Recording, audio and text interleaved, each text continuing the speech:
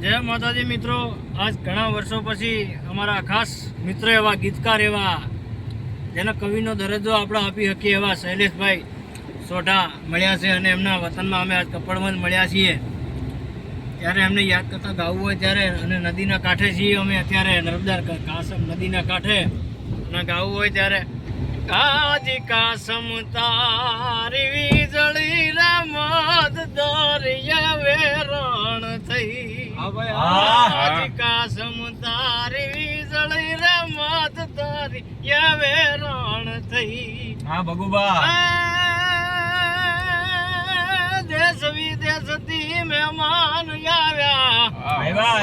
આવા દેશ વિદેશથી મહેમાન આવ્યા. જાય છે મુંબઈ શહેર કાસમ તારી વીજળી રમત દરિયા વેરણ થઈ.